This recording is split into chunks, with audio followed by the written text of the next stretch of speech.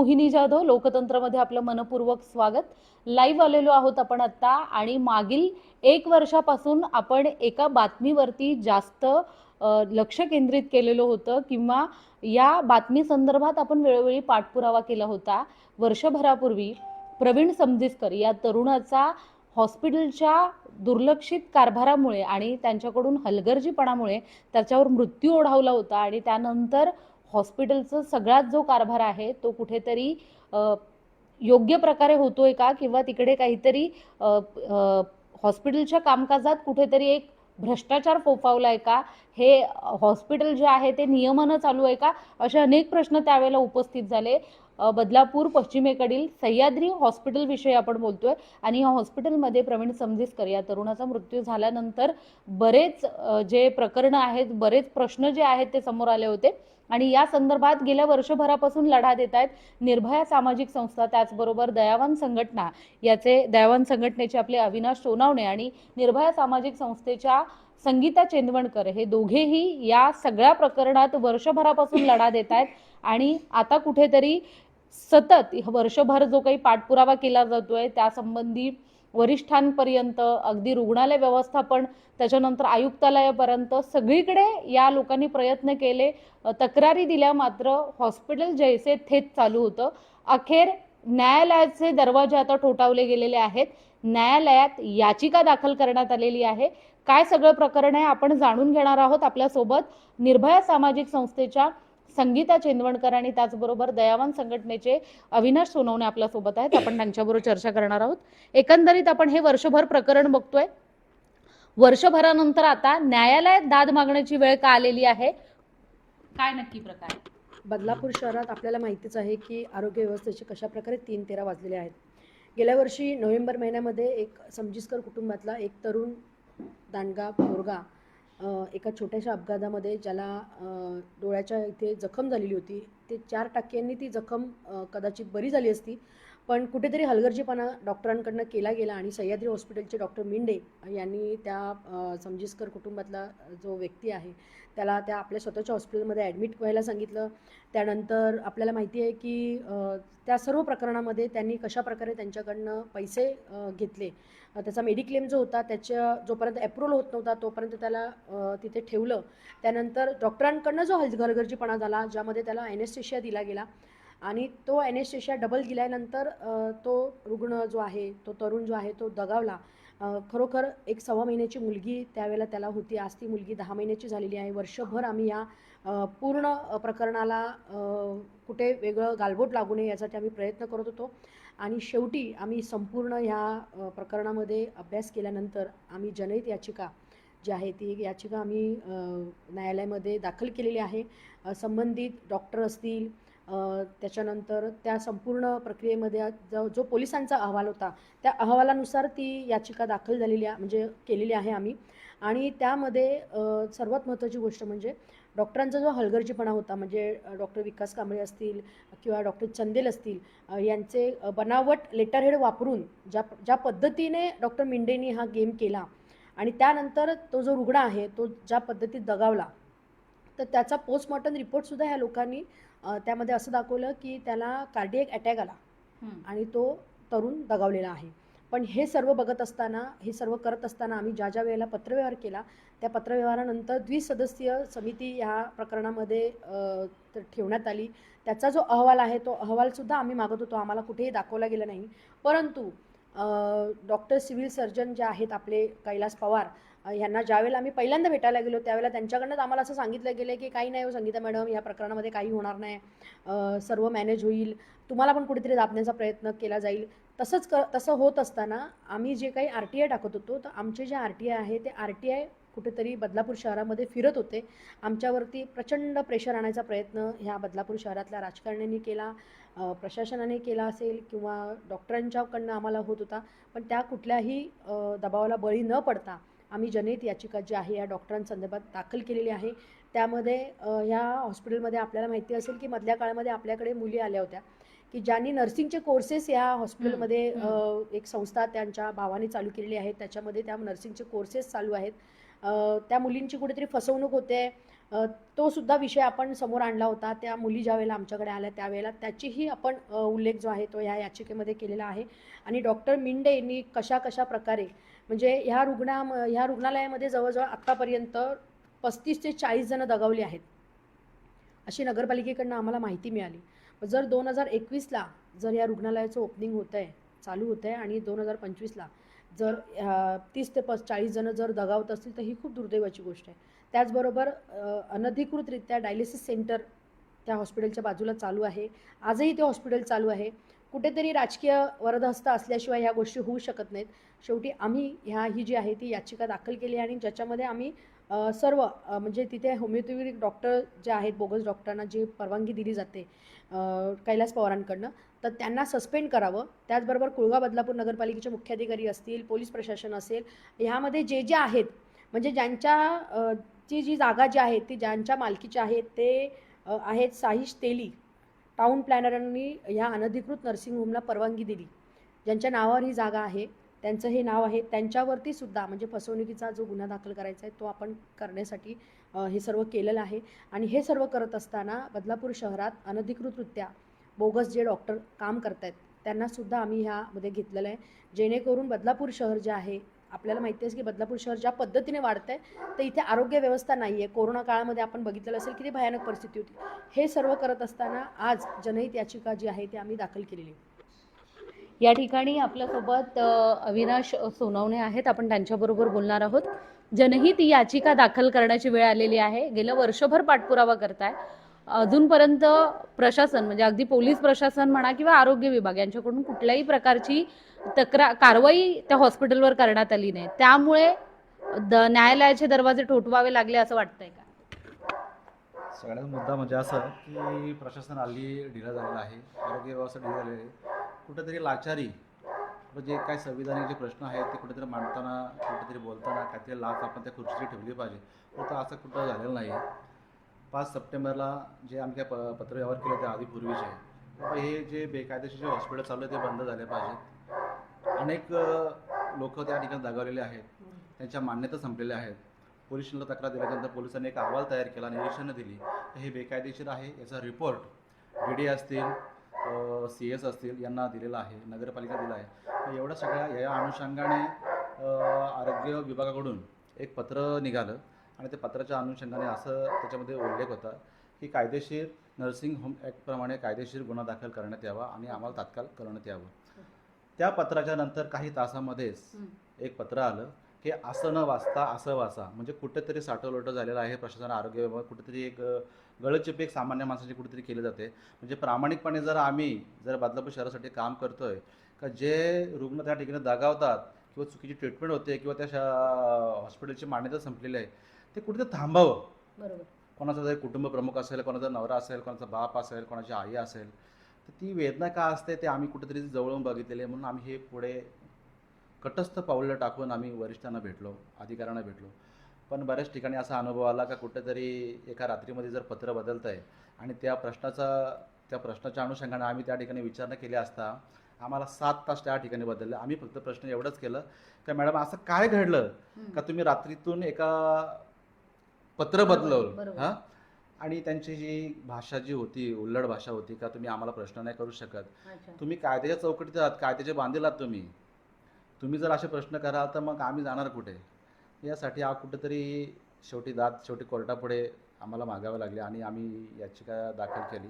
आणि याच्यामध्ये जेवढे संबंधित डॉक्टर असतील, प्रशासन असेल, आरोग्य विभाग असेल, मंत्री असतील, जे असतील त्यांच्या सस्पेन्सची आम्ही मागणी केलेली आहे. आणि हे जोपर्यंत होणार नाही तोपर्यंत हे विषय थांबणार नाही. बदलापूरची खूप मोठी नावं यात सामील होतील असं वाटतंय का? 100% माझे काही लोकप्रतिनिधी असतील, काही आमदार असतील, काही खासदार असतील, बरेचसे आमच्या रेकॉर्डिंगसुद्धा आहेत की मला कुठंतरी दाबण्याचा प्रयत्न 2-3 वेळा केला आहे. पण माझ्या मागे माझी संघटना ठामपणे उभी आहे, दयावान संघटना.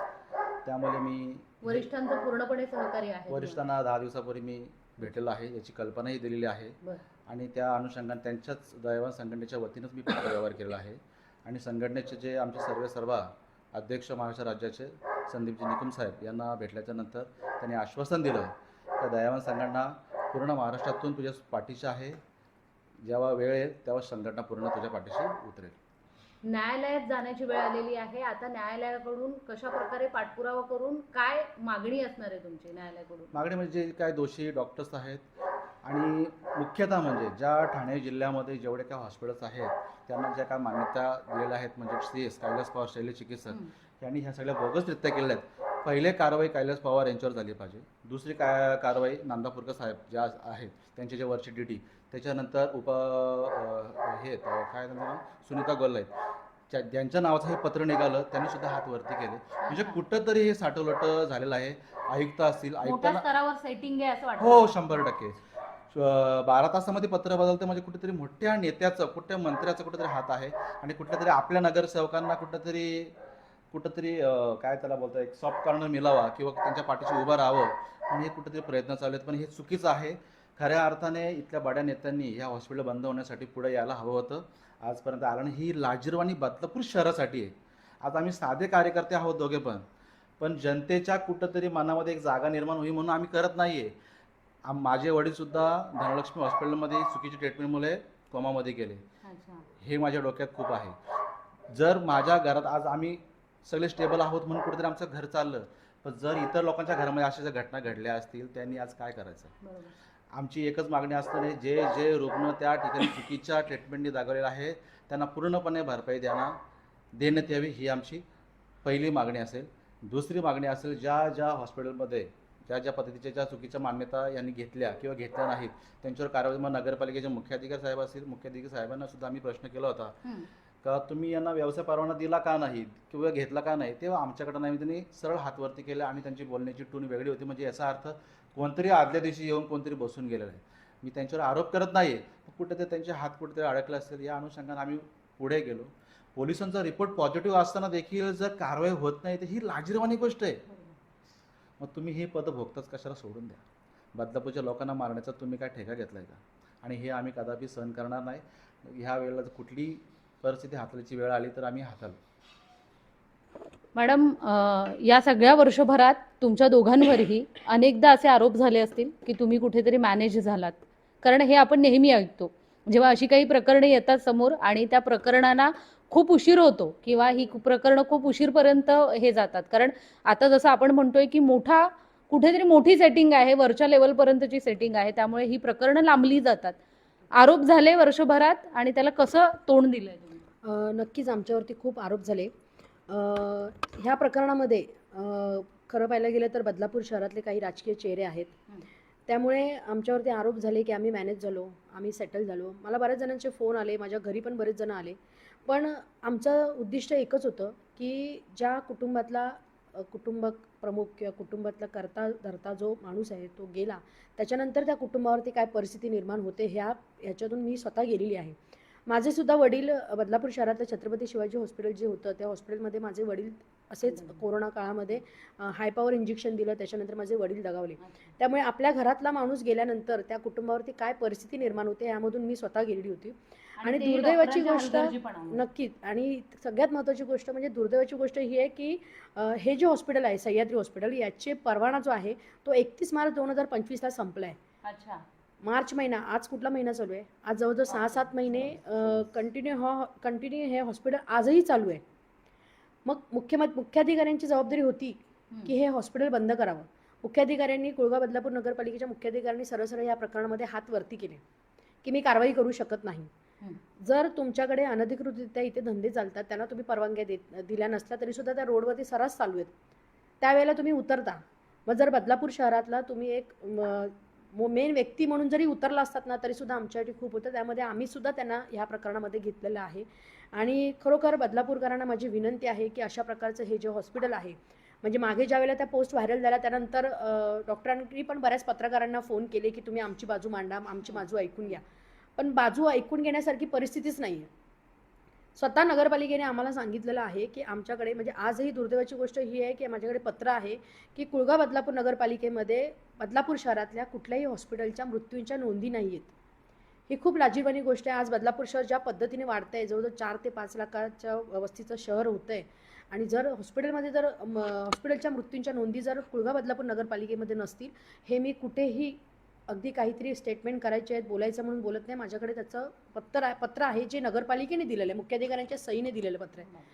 जर अशी परिस्थिती बदलापूर शहरामध्ये असेल तर बदलापूरकरांनी जायचं कुठे? बरोबर. आपल्याकडे साधी रक्तपेढी नाही आहे.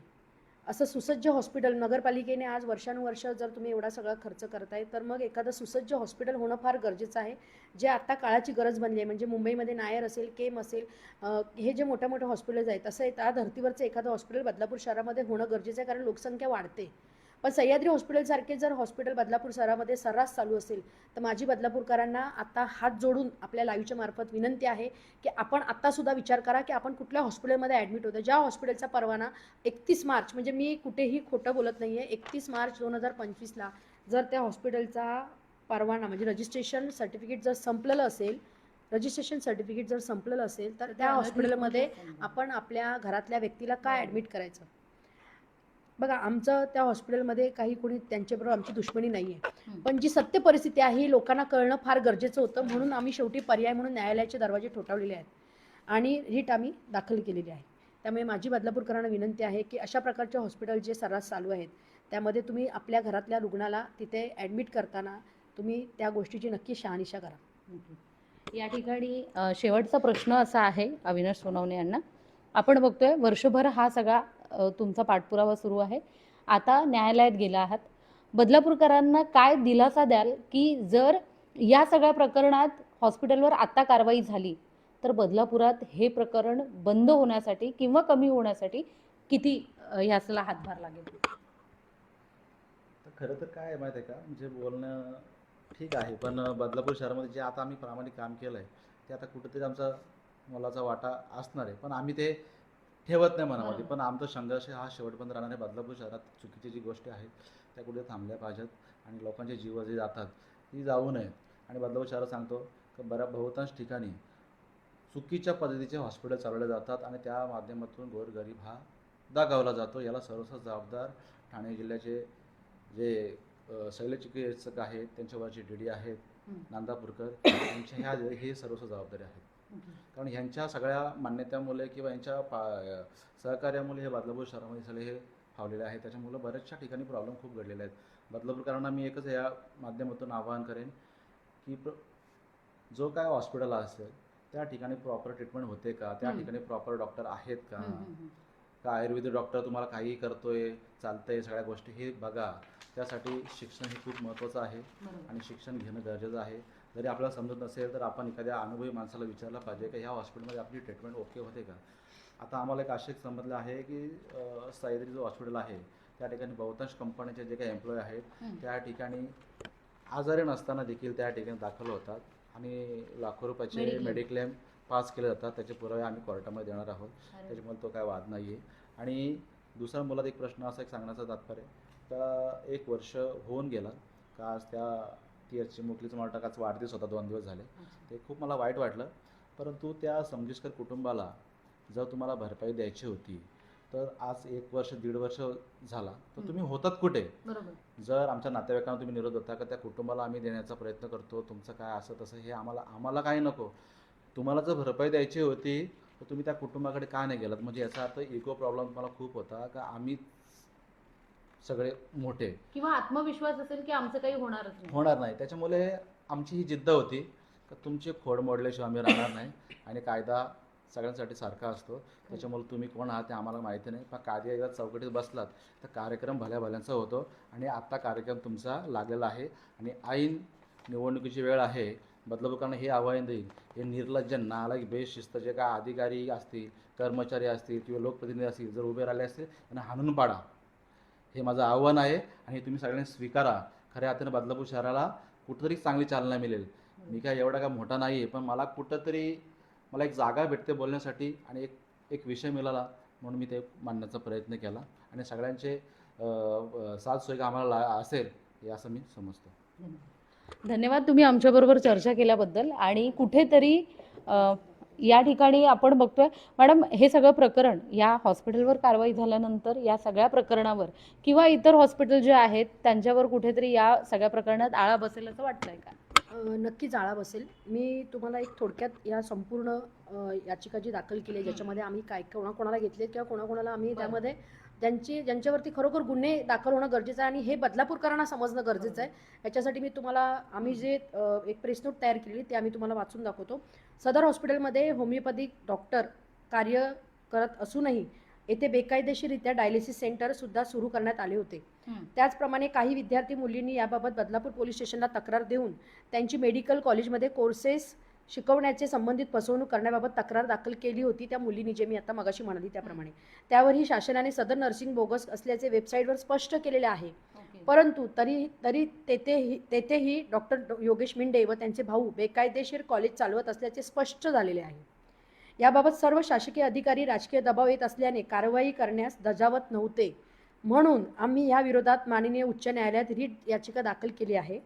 सर्व अधिकारी वर्गाचे सस्पेन्शन करून गुन्हा दाखल करण्यात यावा व 30 ते 40 जण जे मगाशी मी म्हणाली की ह्या हॉस्पिटलमध्ये 35 ते 40 जण आत्तापर्यंत दगावलेले आहेत. म्हणजे हॉस्पिटल चालू झाल्यापासून त्याची चौकशी करण्यात यावी व जागेचे मालक साई शरद तेली टाउन प्लॅनर बदलापूर यांनी अनधिकृत नर्सिंग हॉस्पिटल वापर परवानगी मिळवून फसवणूक केली म्हणून त्यांच्यावर कारवाई करावी.